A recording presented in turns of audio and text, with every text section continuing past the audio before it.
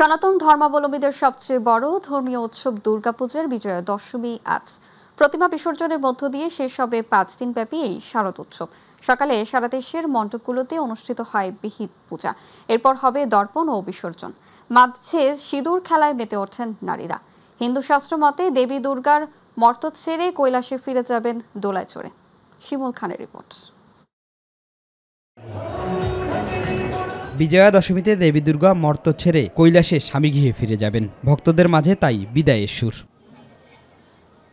দশমীর সকাল শুরু হয় বিহিত পূজার মধ্য দিয়ে। মন্দিরে মন্দিরে বেজে ওঠে ঢাক, ঢোল, কাসর, ঘণ্টা আর শঙ্খধ্বনিতে উচ্ছ্বাসিত হয়ে ওঠেন সনাতন ধর্মাবলম্বীরা। মন্দিরে মন্দিরে মন্ত্র উচ্চারণ আর প্রার্থনার মধ্যে দিয়ে বিশ্বের অশুভ শক্তিকে তাড়িয়ে শুভ শক্তি কামনা করা হয়। শেষের দিন এসে কিছুটা বিষাদ সুর থাকলেও আমরা মনে করি যে অপেক্ষার তো একটা সুন্দর আনন্দের দিক থাকে, তো আমরা বিষাদ সুরের মাধ্যমেও আমরা আনন্দের সহকারে সিঁদুর খেলার মাধ্যমে মাকে বিদায় জানাই। তো দশমীর সকালে প্রায় প্রতিটি মণ্ডপে সিঁদুর খেলায় মেতে ওঠেন নারীরা। আগামী বছর যেন আবারও দেবী দুর্গা ফিরে আসতে পারে সেই প্রার্থনাও ছিল সবার। আসলে প্রত্যেকটা সৃষ্টিকর্তার কাছে সবার চাওয়া থাকে যেন সবাই ভালো থাকে, সুস্থ থাকে। এবার দেবীর আগমন ছিল গজে আর দোলায় গমন। বিজয়ের শোভাযাত্রার মধ্য দিয়ে বুড়িগঙ্গায় প্রতিমা বিসর্জন। সব মিলিয়ে শারদীয় দুর্গাপূজার আয়োজন যেন সনাতনীদের মেলবন্ধনে এক বৈচিত্র্যময় রূপ।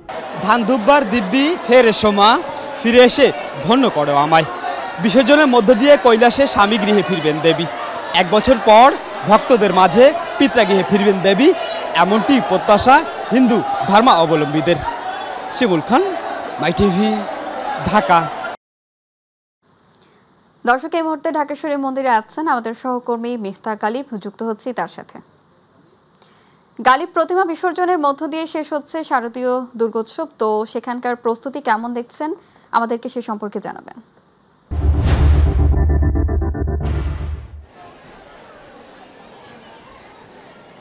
ধন্যবাদ শাওন। আমরা আছি রাজধানী ঢাকেশ্বরী মন্দিরে, ঐতিহ্যবাহী ঢাকেশ্বরী মন্দিরে। আপনি জানেন আজকে দেখতে দেখতে আসলে দশমীর আসলে শেষ, দুর্গাপুজোর আসলে শেষ দিন, আসলে দশমীতে আমরা এসে পৌঁছেছি। আপনি যেমনটি জানেন যে এখানে আসলে বিভিন্ন আসলে একেবারে ছোট বয়োবৃদ্ধ থেকে বিভিন্ন ধরনের বিভিন্ন বয়সী মানুষই আসছে, তারা আসলে মা দুর্গাকে বিসর্জনের জন্য মূলত আসে। তো আমরা সকাল থেকে দেখেছি যে এখানে আসলে এখানে খেলা হয়েছে, আসলে হোলি খেলা হয়েছে। এছাড়াও অনেক ধরনের আসলে এখানে কর্মযজ্ঞের মাধ্যমে আমরা গিয়েছে দেখেছি। এবং এখানে আজকে শেষ দিন, যেমন তারা গত 5 দিন তারা আনন্দ করেছে, আজকে শেষ দিন তারা বিষাদেও তারা যাচ্ছে। তো আমরা আসলে এখানে বেশ কয়েকজন লোক আছে, আমরা একটু কথা বলবো যে এখানে একজন আছে, আমরা তার সাথে কথা বলবো। এখানে আছে যে কেমন আছেন? হ্যাঁ, আসলে এই যে আজকে আসলে দেখতে দেখতে দুর্গাপূজা সেই দিন দশমী। হ্যাঁ, দশমী। মা দুর্গার কাছে আসলে আপনারা কি প্রত্যাশা করেছেন এবং কি প্রার্থনা করেছেন, একটু যদি আমাদেরকে। হ্যাঁ, মা দুর্গার কাছে দশমীতে চেয়েছি যে আমরা মায়েরই পরিবার, বাংলাদেশে আমরা সবাই যারা আছি সবাই আমরা মায়ের পরিবার, এবং সকলে যেন আমরা শান্তিমতো দেশে বসবাস করতে মার কাছে যেন এই প্রার্থনা করেছি, যেমন আমরা আগামী বছর বিসর্জন এইভাবে 10, সপ্তমী, নবমী, অষ্টমী যেন আমরা ভালো করে করতে পারি। মায়ের কাছে এই প্রার্থনা চেয়েছি যে আমাদের দেশের কল্যাণের জন্য যেন সকলেই শান্তিমতো বসবাস করতে পারি, পরিবারের সকলে একত্রিত হয়ে সংসারে থাকতে পারি, এবং মা যেন আমাদেরকে আশীর্বাদ করে, যেমন আগামীতে আমরা এইভাবে পুজো করতে পারি। অনেক ধন্যবাদ। আমরা আরেকজনের সাথে একটু কথা বলবো। আসলে এই যে দেখতে দেখতে আসলে দুর্গাপুজো শেষই হয়ে গিয়েছে, তো দুর্গাপুজোর শেষ দিনে আসলে অনেকে আসলে আনন্দ করছে, আবার বিষাদও আছে। তো সব মিলিয়ে আসলে কেমন দেখছেন? আজকে হচ্ছে বিজয়া দশমী, সবাইকে বিজয়া দশমীর শুভেচ্ছা। মন তো একটু খারাপ থাকবেই, একটা বছর অপেক্ষা করি মায়ের পুজোর জন্য। সব মিলে আজকে সবাই মিলে অনেক আনন্দ করেছি, মায়ের কাছে প্রার্থনা করেছি সবার জন্য, সবার ভালো হোক, মঙ্গল হোক, আমাদের দেশের পরিস্থিতি স্বাভাবিক হোক, সর্বোপরি সবার মঙ্গল কামনা করেছি। যে আমরা আসলে কথা বলছিলাম একজনের সাথে, তিনি জানিয়েছেন যে আসলে দেখতে দেখতে দুর্গাপূজা শেষ, তারা চাচ্ছেন যে বিশ্বব্যাপী যাতে কল্যাণ বয়ে পড়ুক দুর্গাপূজার মাধ্যমে। তো এই ছিল ঢাকেশ্বরী মন্দির থেকে সর্বশেষ অবস্থা। শাওন। গালিব, আপনাকে ধন্যবাদ। দর্শক, ঢাকেশ্বরী মন্দির থেকে প্রতিমা বিসর্জনের সর্বশেষ খবর জানাচ্ছিলেন সহকর্মী মিফতা গালিব। দর্শক, এই মুহূর্তে ভোলা থেকে বিজয়া দশমীর খবর জানাতে যুক্ত হচ্ছেন প্রতিনিধি আরিফ হোসেন লিটন। তার সাথে যুক্ত হচ্ছি। লিটন, ভোলায় শারদীয় দুর্গোৎসবের বিজয়া দশমীর সর্বশেষ কি খবর আছে আপনার কাছে?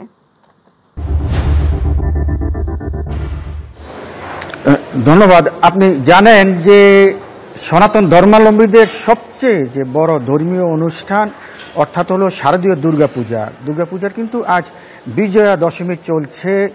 দেবীকে বিদায় জানানোর যে সকল ধরনের যে আয়োজন ইতিমধ্যে কিন্তু তারা সেরে ফেলেছে। আমি এখন আছি ভোলার কেন্দ্রীয় যে মন্দিরটি রয়েছে কাঁচা বাজার সংলগ্ন এলাকায়। আমি এখন সেই কেন্দ্রীয় মন্দিরটিতে আছি। আপনারা দেখতে পাচ্ছেন এখনও কিন্তু ভক্তরা দেবীর সামনে বসে তাদের প্রসাদের বিদায়ের যে আনুষ্ঠানিকতা কিন্তু এখনও তারা জানাচ্ছেন। তবে ইতিমধ্যেই বিদায়ের আনুষ্ঠানিকতা অনেককেই শেষ করেছেন বলে আমাকে যেমনটা জানানো হয়েছে। তো আমি এখন এই কেন্দ্রীয় যেই তাদের যে দুর্গা উৎসব মণ্ডপটি রয়েছে আমি আপনার কাছে জানতে চাইব যে এবার আসলে আপনারা দেবীর কাছে কি প্রার্থনা করেছেন? কিছুক্ষণ পর তো দেবীকে বিদায় দিবেন, তো এই বিদায় দেওয়ার আগে দেবীর কাছে আপনাদের প্রার্থনা কি?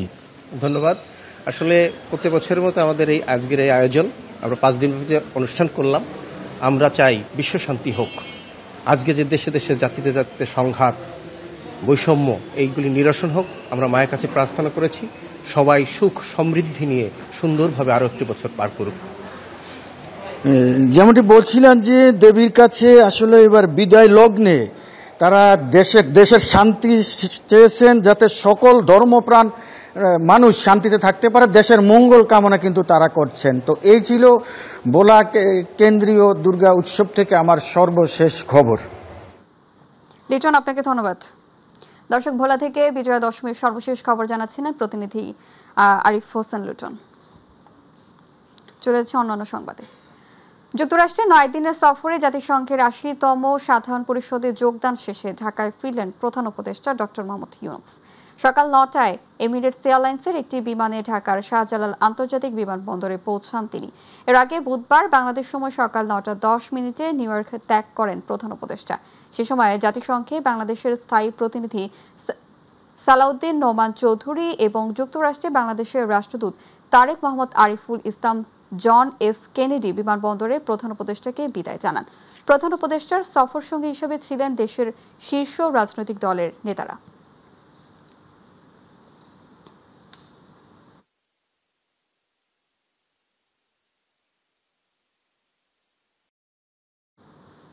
জাতিসংঘের এবারের অধিবেশনে প্রধান উপদেষ্টার সফর সঙ্গী হিসেবে অংশ নেন বিএনপি, জামায়াত ও এনসিপির প্রতিনিধি দল। নানা কারণে এই সফরটি ছিল বেশ আলোচিত। জাতিসংঘ সাধারণ অধিবেশনে প্রধান উপদেষ্টার কথা বলেন নির্বাচন থেকে শুরু করে রোহিঙ্গা ইস্যু সহ বিভিন্ন বিষয়ে। সব মিলিয়ে কেমন হলো সফরটি? বিশেষজ্ঞদের সাথে কথা বলে বিস্তারিত জানাচ্ছেন মেহতা গালিব। দেশের প্রধানতম 3টি রাজনৈতিক দলের প্রতিনিধিদের সাথে নিয়ে জাতিসংঘের 80তম সাধারণ অধিবেশনে অংশ নিয়েছেন প্রধান উপদেষ্টা প্রফেসর ডক্টর মোহাম্মদ ইউনূস। অধিবেশনে প্রধান উপদেষ্টার ভাষণে ফিলিস্তিন গণহত্যার মতো গুরুত্বপূর্ণ ইস্যু সহ বাংলাদেশে আসন্ন নির্বাচন, গণহত্যার বিচার, বৈদেশিক বিনিয়োগ গুরুত্ব পায়। বক্তব্যে উঠে আসে রোহিঙ্গা সমস্যার টেকসই সমাধান সহ ভারতের সাথে দ্বিপাক্ষিক সম্পর্কের বিষয়েও। The international community must put effective pressure on Myanmar and the Arakan army to immediately stop persecution of the Rohingyas and start working for their expeditious repatriation to Rakhine. It is the only solution of the crisis. সাধারণ অধিবেশনে BNP, জামাত, এনসিপিকে নিয়ে অংশগ্রহণের এমন সিদ্ধান্ত জাতীয় ঐক্য প্রতিষ্ঠায় গুরুত্বপূর্ণ ভূমিকা রাখবে বলে মনে করেন আন্তর্জাতিক সম্পর্ক বিশ্লেষক ডক্টর রুহুল আমিন। প্রতিবেশী রাষ্ট্র হিসেবে ভারতের মতো বিশাল রাষ্ট্রের পাশে বাংলাদেশের মতো একটা ছোট্ট রাষ্ট্রের টিকে থাকাটা অত্যন্ত কষ্টকর। প্রতিবেশীর সব লাগে, সেটাকে ডক্টর ইউনূস প্রথমে অ্যাড্রেস করেছেন।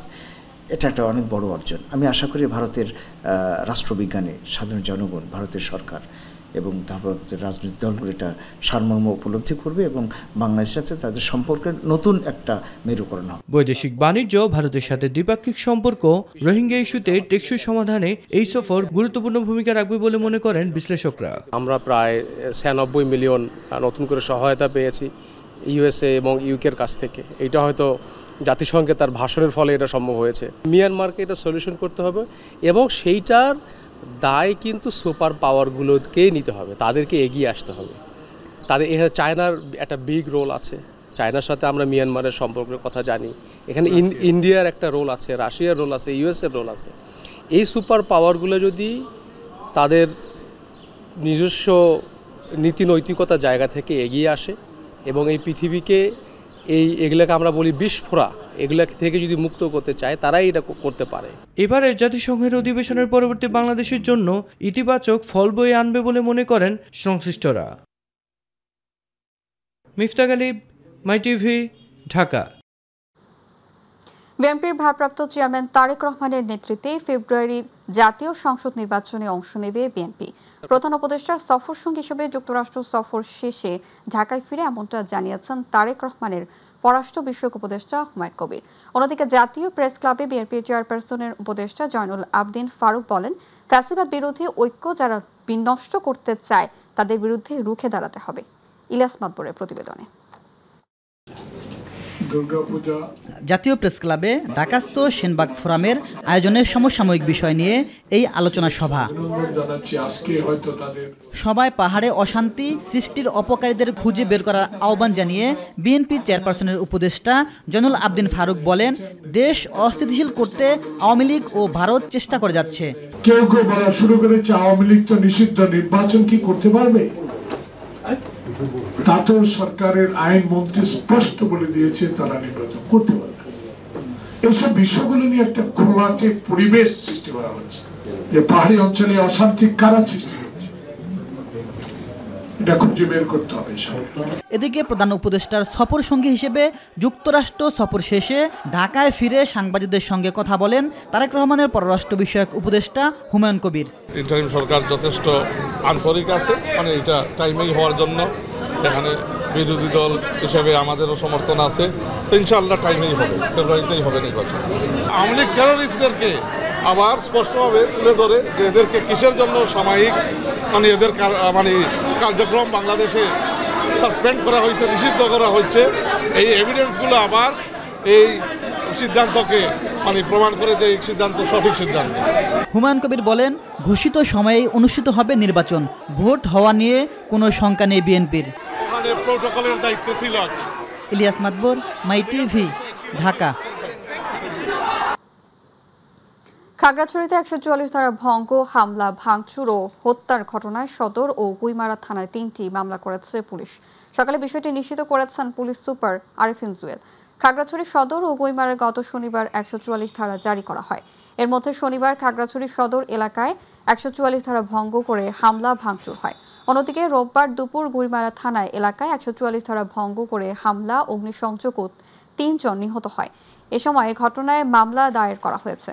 শারদীয় দুর্গোৎসবকে সম্মান জানিয়ে এবং প্রশাসনের পক্ষ থেকে উপস্থাপিত 8 দফা বাস্তবায়নের আশ্বাসের প্রেক্ষিতে খাগড়াছড়িতে টানা 4 দিন পর মঙ্গলবার রাত 11টা থেকে 5 অক্টোবর পর্যন্ত স্থগিত করেছে জম্মু ছাত্র জনতা।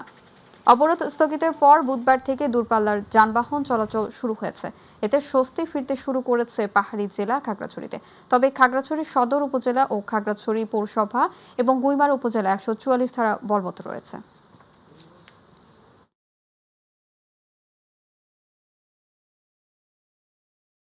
ফেনীর দাগনভূঞা উপজেলায় একটি যাত্রীবাহী বাস নিয়ন্ত্রণ হারিয়ে সড়কের পাশের দোকানে ঢুকে পড়ায় 3 জন নিহত হয়েছে। এই ভয়াবহ দুর্ঘটনায় অন্তত 20 জন আহত হয়েছেন, যাদের মধ্যে কয়েকজনের অবস্থা আশঙ্কাজনক। প্রত্যক্ষদর্শীরা জানায়, সুগন্ধা পরিবহনের যাত্রীবাহী বাসটি সিলোনিয়া বাজার এলাকা অতিক্রম করার সময় চালক নিয়ন্ত্রণ হারান। এ সময় বাসটি সড়কের পাশে থাকা 5টি দোকান ও একটি অটোরিকশাকে সজোরে ধাক্কা দিয়ে দুমড়ে মুচড়ে দেয়। খবর পেয়ে থানা পুলিশ ও ফায়ার সার্ভিসের একটি দল দ্রুত ঘটনাস্থলে পৌঁছে উদ্ধার অভিযান শুরু করে। আহতদের উদ্ধার করে ফেনী সদর হাসপাতালে পাঠানো হলে সেখানকার কর্তব্যরত চিকিৎসক 3 জনকে মৃত ঘোষণা করেন। আমি একটা সুগন্ধা বাস ফেনী থেকে আসতেছে, পরে আমাদের যে ব্রিজ পার হওয়ার পরে হীরাপুর থেকে একটা যে আমাদের সিএনজি উঠছে, ব্রেক করার সাথে সাথে এই গাড়িটা জায়গাতে উল্টে যায়। এর পিছনে আমার একটা কভারম্যান এসে মারি দেয়, গাড়িটা সম্পূর্ণ উল্টে গেছে। উল্টে যাওয়ার পরে আপনার এখানে অনেকে নিহত হয়েছেন 3 জন, আর প্রায় 20 থেকে 25 জন আহত হয়েছে। কুষ্টিয়ার দৌলতপুরে পদ্মা নদীর ভয়াবহ ভাঙনে বিলীন হয়ে গেছে বিজিবির একটি সীমান্ত ফাঁড়ি। গত কয়েকদিনে ধরে উপজেলার চিলমারি ইউনিয়নের বাংলাবাজার আতারপাড়া এলাকায় ভয়াবহ ভাঙনে ভারত সীমান্ত ঘেঁষা উদয়ননগর বিজিবি ফাঁড়ির বেশিরভাগ অংশ নদীগর্ভে বিলীন হয়ে গেছে। এছাড়াও ওই এলাকায় বেশ কিছু ঘরবাড়ি ও আবাদি জমিও চলে গেছে ভয়াল পদ্মার গর্ভে। কুষ্টিয়া প্রতিনিধি আব্দুর রাজ্জাক বাচ্চুর তথ্য ও ভিডিও চিত্র নিয়ে আতিকুর রহমান তিতাসের রিপোর্ট। পদ্মা নদীর ভাঙনে বিলীন হয়ে গেছে কুষ্টিয়ার দৌলতপুর সীমান্তে স্থাপিত বিজিবির উদয়নগর সীমান্ত ফাঁড়ি বিওপি। বুধবার রাতে হঠাৎ করে বিওপিটির 2/3 নদীগর্ভে বিলীন হয়ে যায়। পদ্মা নদীর পানি কমতে শুরু করায় উপজেলার চিলমারি ইউনিয়নের বাংলাবাজার এলাকার আতারপাড়া উত্তর থেকে দক্ষিণে প্রায় 1 কিলোমিটার এলাকা জুড়ে ভয়াবহ ভাঙনে উদয়নগর বিজিবি ক্যাম্পের পাশাপাশি ওই এলাকার বেশ কিছু ঘরবাড়ি ও আবাদি জমিও চলে গেছে পদ্মার গর্ভে। ঘর বিল্ডিং এগুলো চলে গেছে, বাকি আমার মালামালের কোনো ক্ষয়ক্ষতি হয় নাই। আমাদের সৈনিক এবং এলাকার জনগণ আমাদের সর্বাত্মক সহযোগিতা করছে, আমরা আমাদের সবকিছু নিরাপদভাবে সরিয়ে নিতে সক্ষম হয়েছি। বসতভিটা ও জমি হারিয়ে অনেকেই নিঃস্ব হয়ে পড়েছেন। হুমকির মুখে পড়েছে শিক্ষা প্রতিষ্ঠান সহ কয়েকটি গ্রাম। এতে চরম আতঙ্কে দিন কাটছে স্থানীয়দের। এগুলো ভাঙ্গে গেছে, ভাঙ্গে যায় এখন ক্যাম্প, কিছু বাড়িঘর সব এই জায়গায় আছে, আর অনেক লোক চলে গেছে বাইরে। বিজিবি ক্যাম্প এবং একটি প্রাইমারি স্কুল, মসজিদ সহ 3টি গ্রাম নদীগর্ভে বিলীন হয়ে গেছে। আমাগো বাড়ির পিছনেই ভারত, অনে যদি গাঙ্গা আমাগো বাড়ি বাঙ্গালায় তাহলে আমাগো যাওয়ার মতন কোনো জায়গাই নাই গা। আমরা সরকারের কাছে একটাই আবেদন, আমরা আবার স্কুলে পড়তে চাই। এখন যদি নিরাপত্তা সরকার করে, ওখানে যদি ভূমিকা নেয়, তাহলে আমাদের ওখানেও 14 থেকে 15,000 লোক ওখানে বাঁচতে পারবে। সীমান্তবর্তী এই বিওপিতে 22 থেকে 25 জন বিজিবি সদস্য দায়িত্ব পালন করতেন। ভাঙন তীব্র আকার ধারণ করলে বিজিবি সদস্য প্রয়োজনীয় সরঞ্জাম পার্শ্ববর্তী চর চিলমারি বিওপিতে সরিয়ে নেওয়া হয়েছে। এটা প্রচেষ্টা কিন্তু স্থানীয় পর্যায়ে সবসময় অব্যাহত ছিল, বাট এর সাম্প্রতিক সময় এটা পাস হয়েছে। এই পানি কম ড্রাই সিজনের কাজ শুরু হবে এবং আশা করি এবং দৃঢ়ভাবে আমরা বিশ্বাস করি এই উদ্যোগটা বাস্তবায়ন হলে এই এলাকার যে বাংলাদেশের যে ভূমি এটা সুরক্ষিত হবে। এই বিওপিতে আমরা অবস্থানকালীন সময়ে যেভাবে কাজ করতাম সেটা কিছুটা এফেক্ট পড়েছে, যে কারণে আমরা পার্শ্ববর্তী একটি জায়গায় এখান থেকে অদূরে আমরা একটা জায়গায় অস্থায়ী ক্যাম্প অলরেডি করেছি। পানি উন্নয়ন বোর্ডের কর্মকর্তারা বলছেন 3 মাস আগে থেকেই ভাঙনের ঝুঁকির বিষয়ে সতর্ক করা হয়েছিল। ভাঙন রোধে জিও ব্যাগ ফেলা হলেও ভাঙনের তীব্রতায় তা কোনো কাজে আসেনি। বাংলাদেশ সীমানা রক্ষা করা যায়, আমরা চেষ্টা করব ওইটুকু চেষ্টা রক্ষা করা যায় কিনা আমরা সেভাবে কাজ করবো আশা করি। আতিকুর রহমান তিতাস, মাই টিভি। মেঘনা ও তেঁতুলিয়ায় ভরা মৌসুমেও কাঙ্ক্ষিত ইলিশের দেখা না পেয়ে হতাশ হয়ে পড়েছেন ভোলার জেলেরা। এমন পরিস্থিতিতে আগাম মৎস্য অভিযান শুরুর ঘোষণা যেন মরার উপর খাড়ার ঘা, এমনটাই অভিযোগ মৎস্যজীবী ও আড়তদারদের। অন্যদিকে জেলা মৎস্য বিভাগ বলছে সঠিক সময়ে অভিযান পরিচালনা করা হবে এবং জেলেদের জন্য আর্থিক সহায়তারও ব্যবস্থা থাকছে। প্রতিনিধি আরিফ হোসেন লিটনের তথ্যচিত্রে আরও জানাচ্ছেন শামস তাবিজ উচ্ছ্বাস। মৌসুমের শুরুটা একেবারেই ভালো কাটেনি ভোলার মেঘনা ও তেঁতুলিয়ার জেলেদের। নদীতে ইলিশের সংকট দেখা দেয়ায় অনেকেই ধার দেনা করে জীবিকা চালাতে বাধ্য হয়েছেন। যদিও সময়ের সঙ্গে নদীতে কিছুটা মাছ মিলতে শুরু করেছিল, কিন্তু বড় আকারের ইলিশের দেখা না পাওয়ায় বাজারে সেই কাঙ্ক্ষিত সরগরম তৈরি হয়নি। এরই মধ্যে ঘোষণা এসেছে আগাম মৎস্য অভিযানের। এতে ক্ষোভে ফেটে পড়েছেন জেলে ও মৎস্য আড়তদাররা। বলছেন এখন অভিযান শুরু হলে একেবারেই পথে বসবেন তারা। হঠাৎ সকালে ঘুম থেকে উঠে শুনি যে 4 তারিখে অভিযান। এখন এত দ্রুত যদি অভিযান দেওয়া হয় তাহলে তো আমাদের দেনা ফেনা আমরা কীভাবে দিব? যে ধার দেনাগুলি করছি এই ধার দেনাগুলি কীভাবে দিব? আর মাত্র 5 দিন 6 দিন আছে। অন্যদিকে ঘাটে কিছুটা বেচাকেনা চললেও নদীতে ইলিশের পরিমাণ কম থাকায় এর প্রভাব পড়ছে খুচরা বাজারেও। ফলে একদিকে যেমন ক্রেতারা ক্ষতিগ্রস্ত হচ্ছেন, তেমনি জেলেদের আয় না হওয়ায় আরও ঋণগ্রস্ত হচ্ছেন। তেল খরচার টাকাও ওটা নেই, বিড়িটা তো আছে। মাছের দাম বেশি দেখে মাছ আর কিনি না। বড় ইলিশ নাই, পাই না। মাছের দাম অনেক চড়া, কিছুদিন আগে ছিল মাছ কম। মাছের দাম কিন্তু তুলনামূলকভাবে কমে নেয়। তেলেগো মাথা খারাপ হয়ে গেছে, আড়তদারের মাথা খারাপ হয়ে গেছে। জেলা মৎস্য বিভাগ বলছে ইলিশের উৎপাদন সুরক্ষায় সময় মতো অভিযান চালানো জরুরি। এই অভিযান সফল হলে সামগ্রিকভাবে ইলিশ উৎপাদনের লক্ষ্যমাত্রা অর্জন করা সম্ভব হবে। এবছর কেন্দ্রীয় টাস্কফোর্স কমিটির সিদ্ধান্ত অনুযায়ী এটা 4 অক্টোবর থেকে 25 অক্টোবর পর্যন্ত নির্ধারিত হয়েছে। এই তারিখটা আর পরিবর্তনের বা পরিবর্ধনের কোনো সুযোগ নেই। এই অভিযানকালীন সময়ে জেলেদেরকে খাদ্য সহায়তা বাবদ তাদেরকে 25 কেজি হারে চাল দেওয়ার চিন্তাভাবনা আছে। আমরা এখনো বরাদ্দ পাইনি। জেলার 2 লাখেরও বেশি মানুষ মৎস্য শিকার পেশার সঙ্গে জড়িত। এবছর ইলিশ উৎপাদনের লক্ষ্যমাত্রা ধরা হয়েছে 1,80,000 মেট্রিক টন। শামস তাবরিজ উচ্ছ্বাস, মাই টিভি নিউজ ডেস্ক।